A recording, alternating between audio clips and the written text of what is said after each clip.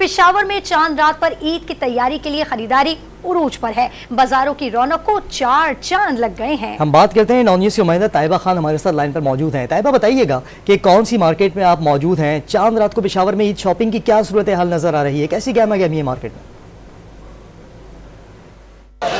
जी बिल्कुल, चांद रात पर भी ईद की तैयारियां उरूज पर है। रात के वक्त भी दिन का समा है। इस वक्त मैं मौजूद पेशावर के सदर बाजार में, जहां पे काफ़ी रश है। बाजार को चार चांद लगे हुए, मर्द हो, खवातीन हो या फिर बच्चे, सभी लोग बाजारों में निकले हुए हैं और अपनी खरीदारी को फाइनल कर रहे हैं। जिनको चूड़ियाँ चाहिए वो चूड़ियाँ खरीद रहे हैं, जिनको झुमके चाहिए वो झुमके खरीद रहे हैं और जिनको जूते चाहिए वो फिर जूते खरीद कर लेके जा रहे हैं। इस वक्त भी हमारे साथ यहाँ पे खातून मौजूद है, इनसे बात करेंगे कि मैम बताइएगा कि आपकी खरीदारी कहाँ तक पहुँची, सब कुछ मिल गया या नहीं?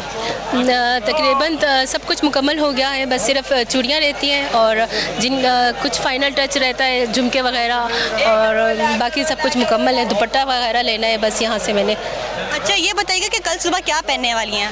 कल सुबह ईद के दिन मैंने अपने लिए लॉन का सूट बनाया है, बस उसके साथ मैंने मैचिंग चूड़ियाँ लेनी है और झुमके वगैरह लेना है। थैंक यू जी, जैसा कि आपने सुना कि इनका ये कहना है कि तमाम तर तैयारियाँ इनकी मुकम्मल है। अपने लिए यहाँ पे झुमके वगैरह देखने आई हैं, चूड़ियाँ देखने आई हैं। इन लोगों का यही कहना है कि ईद जो है तो मुसलमानों के लिए एक तोहफा है, इसीलिए वो इसको दिल खोल कर सेलिब्रेट करने वाले हैं और अपने लिए हर एक चीज़ खरीद कर यहाँ से जाने वाले हैं। जी, पेशावर से हमें अपडेट कर रही थी ताइबा, आपका बहुत शुक्रिया।